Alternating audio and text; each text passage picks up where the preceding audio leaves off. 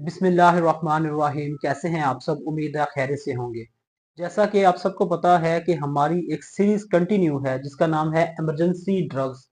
Emergency drugs का आज हमने फोर्थ पार्ट डिस्कस करना है, वो है टाइप्स ऑफ आईवी फ्लूइड। अगर इमरजेंसी मेडिसिन का क्वेश्चन आता है तो उसमें तो आपने इसको ऑब्वियसली लिखना ही है, लेकिन ये अलग से भी 5 नंबर का या 10 नंबर का क्वेश्चन ये अलग से भी पूछा जा सकता है कि what is difference between crystalloids और कोलॉइड्स। ठीक है, इन दोनों के दरमियान फर्क मालूम करें।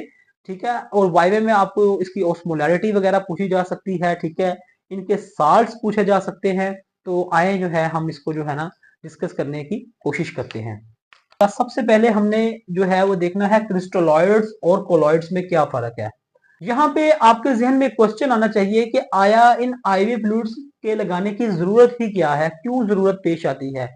तो रिप्लेसमेंट के तौर पे, रिसैसिटेशन के तौर पे और मेंटेनेंस के तौर पे। एग्जाम्पल के तौर पे मैं आपको बताऊं कि एक पेशेंट आया है डायरिया के साथ, लूज मोशन है, वॉमिटिंग है, तो क्या हो रहा है, उसकी नमकियात बॉडी में साल्ट और जो है ना नमकियात और पानी की कमी हो रही है। ठीक है, तो हमने उसकी जो है वो उसको रिकवरी देना है तो हम उसको फ्लूइड लगाएंगे। ठीक है, इसके अलावा अगर हमने सर्जरी करनी है, ठीक है, प्री ऑप या पोस्ट ऑप, इसको हम प्री ऑपरेटिव या पोस्ट ऑपरेटिव बोलते हैं। तो हमने पेशेंट का एनपीओ हमने ऑफ किया है, नथिंग पर ओरल। एनपीओ मीन नथिंग पर ओरल। ठीक है, तो नथिंग पर ओरल हमने पेशेंट को डाल दिया है 6 घंटे से। 6 घंटे के लिए हमने पेशेंट का खाना पीना बंद कर दिया, तो अब उसके अंदर हमने कोई ना कोई तो उसको गजा देनी है ना, तो उसको मेंटेनेंस पे लगाने के लिए हम आईवी फ्लूइड देते हैं। अच्छा, यहाँ पे है जी कोलॉइड्स। ये इतनी इंपॉर्टेंट डिस्कवरी है, ये इतनी इंपॉर्टेंट दरियाफ्त है कि इसके बाद यानी कि वॉल ब्लड और इन प्लेटलेट्स, प्लाज्मा और एफएफपी, इन सब चीजों की दरियाफ्त के बाद इंसानियत को बहुत ज्यादा फायदा हुआ है। ब्लड ट्रांसफ्यूजन की जो हिस्ट्री है वो जो है सबसे पहले इसकी जो कोशिश की थी 1628 में, 1628 में विलियम हेनरी। ठीक है, विलियम हेनरी, हम यहां पे विल हेन का वर्ड यूज करेंगे। विलियम हेनरी ने जो है वो पहली दफा ब्लड ट्रांसफ्यूजन की जो है वो कोशिश की थी।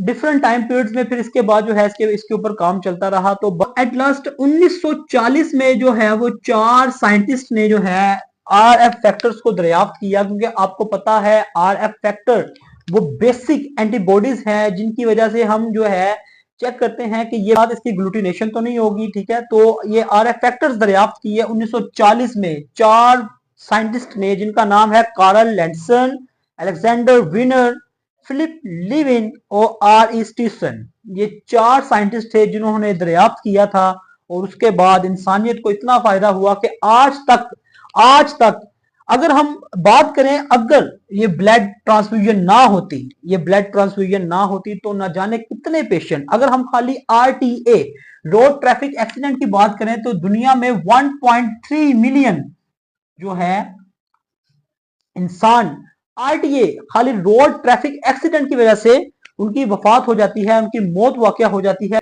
रास्ते में कोई लेट हो जाती है, या ब्लड के बहुत ज्यादा ज़िया हो जाने की वजह से, मल्टीपल रीजन की वजह से 1.3 मिलियन पीपल्स जो है वो हर साल जो है वो इस दुनिया फानी से कूच कर जाते हैं।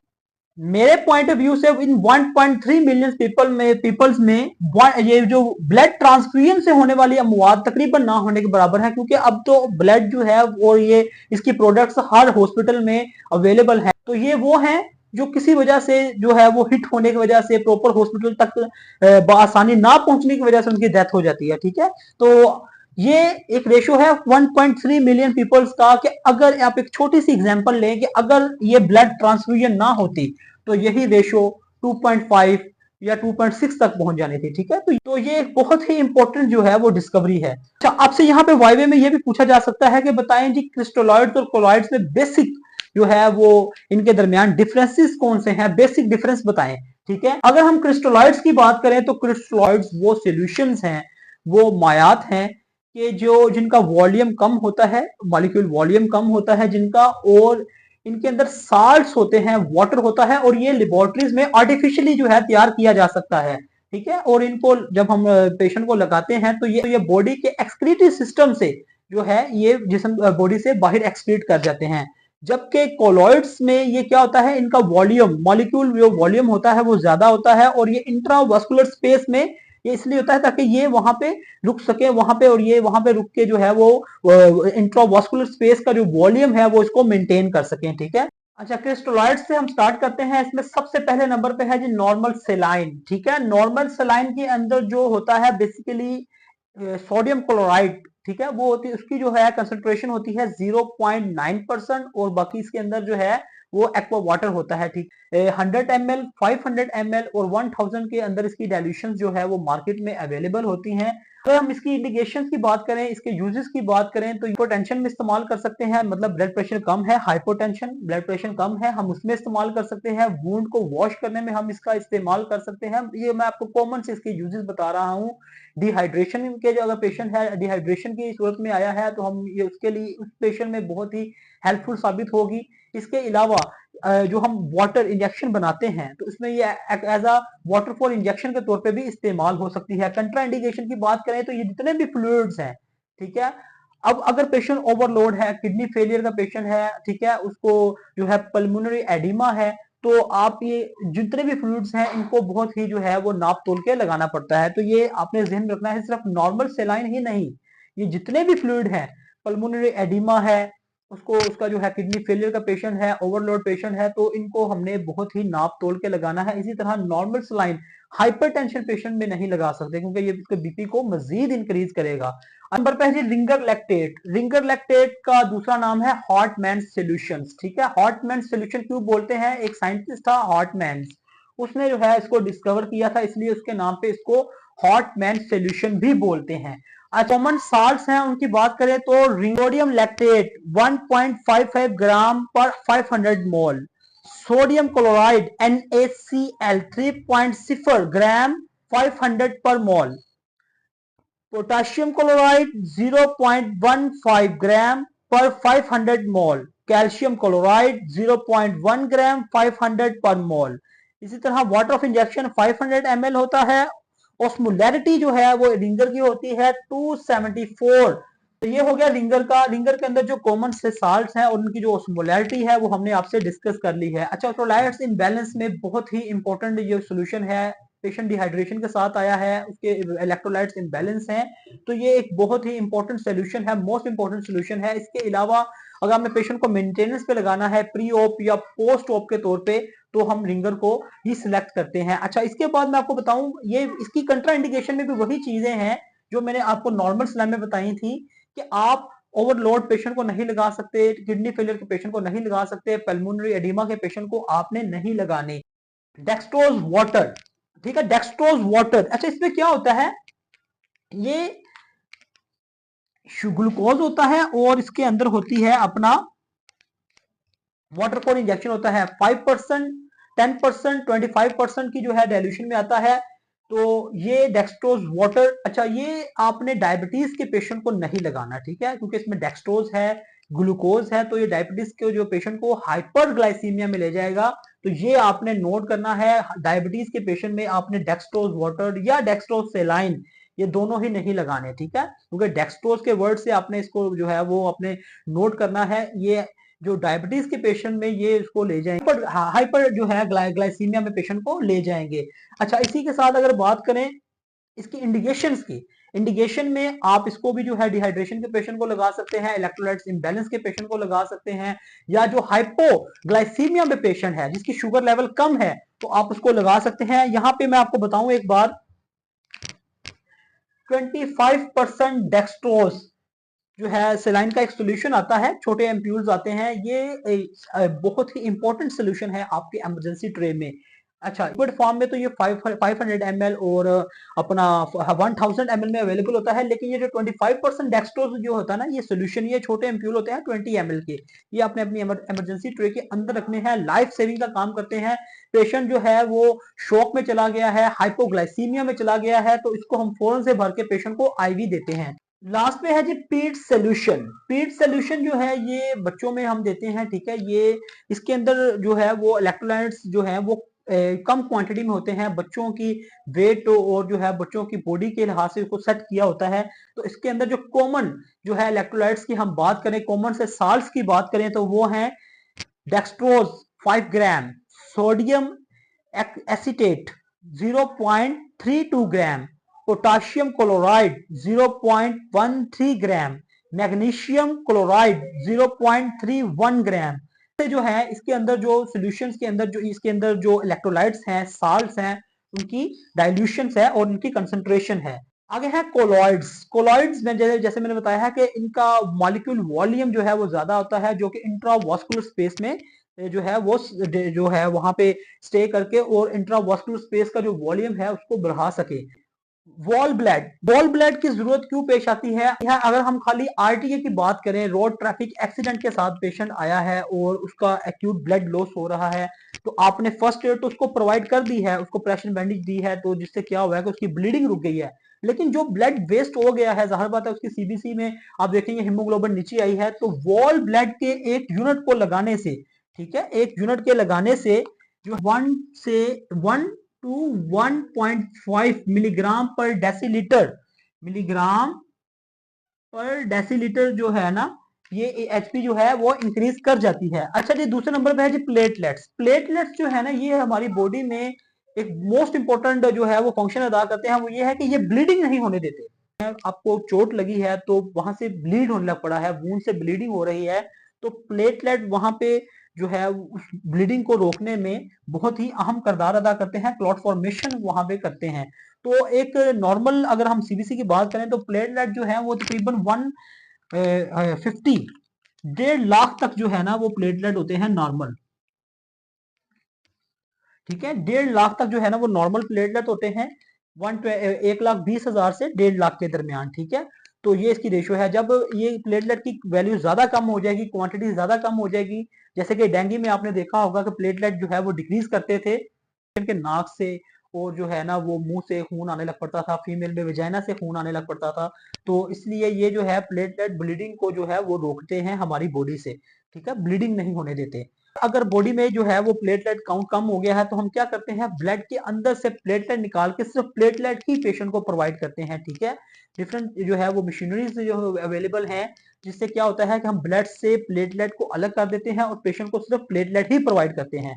तीसरे नंबर पे है जी प्लाज्मा। प्लाज्मा जो है ये हमारी बॉडी का, अगर हम ब्लड की बात करें, बॉडी की अगर हम ब्लड की बात करें, ह्यूमन एक नॉर्मल जो हेल्दी पर्सन है उसके अंदर 45% ब्लड सेल्स होते हैं और 55% ब्लड प्लाज्मा होता है। तो ये प्लाज्मा भी हमारी जो है हमारे ब्लड में एक बहुत ही अहम किरदार अदा करता है।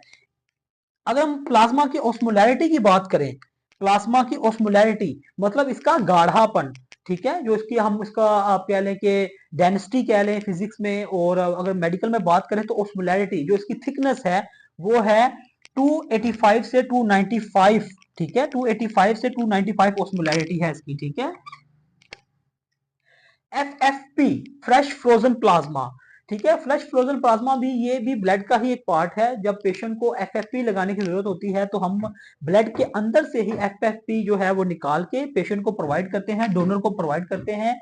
इन सब के लिए भी क्रॉस मैच बहुत जरूरी है। ठीक है, blood grouping and cross matching, जितना भी कोई भी ब्लड की प्रोडक्ट आपने लगानी है, blood group and cross match बहुत जरूरी है। तो after blood group and cross match हम जो है पेशेंट को एफएफपी प्रोवाइड करते हैं। तो एफएफपी की अगर ऑस्मोलैरिटी की बात करें तो 367.14। ये वाइवा के क्वेश्चन है सारे। ठीक है ना, वाइवा यहाँ पे मैं ऊपर लिख रहा हूं।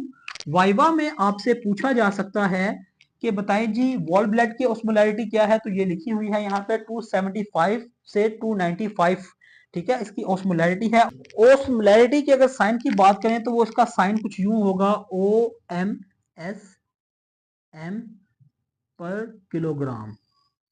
ठीक है, ये ऑस्मोलैरिटी का साइन है।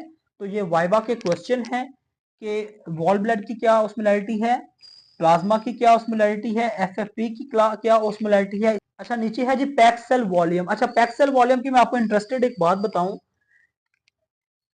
पेशेंट की आपने सीबीसी करवाई है और आपको जो है वो आप देख रहे हैं कि एनीमिया है और हमने इसकी जो है सर्जरी हमने परफॉर्म करनी है। तो अगर आप पैक सेल वॉल्यूम लगाते हैं ना, तो यहाँ पे वॉल ब्लड ने, ये मैंने लिखा हुआ है 1 से 1.5 मिलीग्राम पर डेसीलीटर जो है वो एचबी को इंक्रीज करना है। वहीं पैक सेल वॉल्यूम 2 से 2.5 मिलीग्राम पर डेसीलीटर। पर लिख देता हूं PCV, और ये है वॉल ब्लड। ठीक है, वॉल ब्लड 1 से 1.5 मिलीग्राम पर डेसीलीटर जो है वो CBC को, जो अपना HB को इंक्रीज करेगा, जबकि पैक्ड सेल वॉल्यूम 2 से 2.5 मिलीग्राम पर डेसीलीटर जो है वो जो HB को इंक्रीज कर देगा।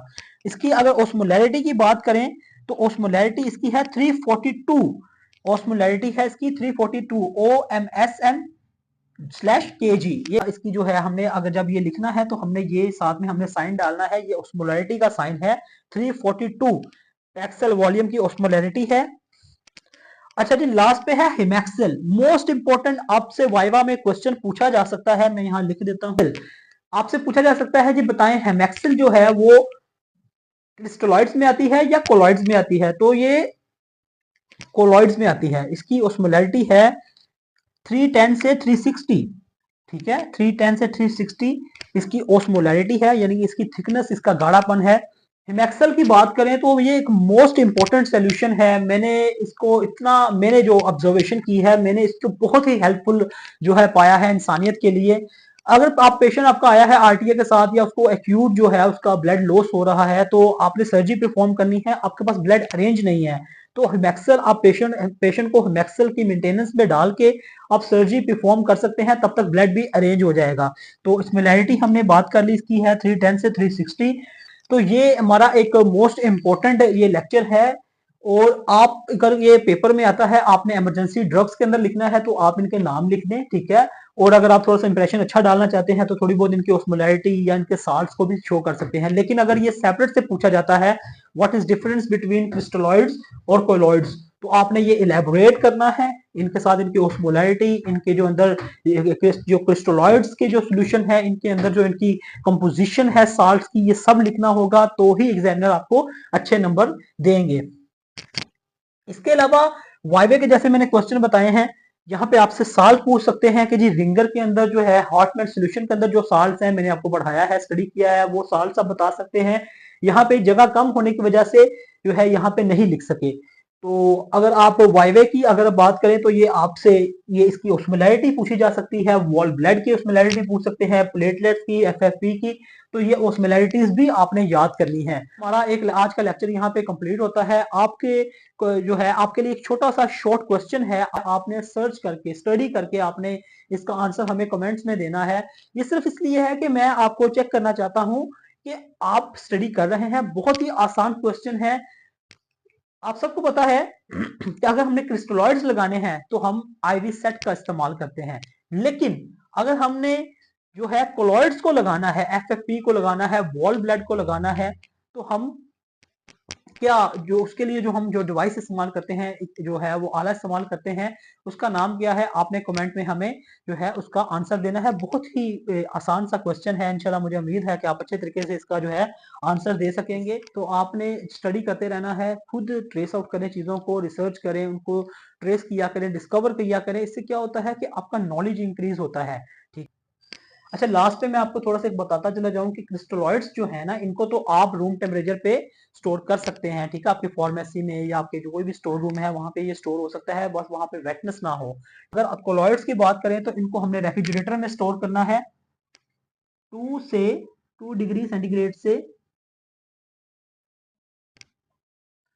4 डिग्री सेंटीग्रेड के टेम्परेचर पे हमने उनको स्टोर करना है। और कोलॉइड्स की जो है ना कुछ प्रिकॉशंस मेजर्स हैं, जिनमें एक मैंने आपको बता दिया है कि ये जो टेम्परेचर है इस पे आपने स्टोर करना है। पेशेंट का ब्लड ट्रांसफ्यूजन कंसेंट फॉर्म आपने देखना है। पेशेंट और उसके जो ब्लड रिलेटेड जितने भी उसके हैं, उसका बेटा है, उसका भाई है, उससे आपने साइन करवाना है। इसके साथ मोस्ट इंपोर्टेंट, सबसे most important, blood transfusion, blood grouping and cross matching, donor और रिसिपिएंट का आपने क्रॉस मैच करवाना है।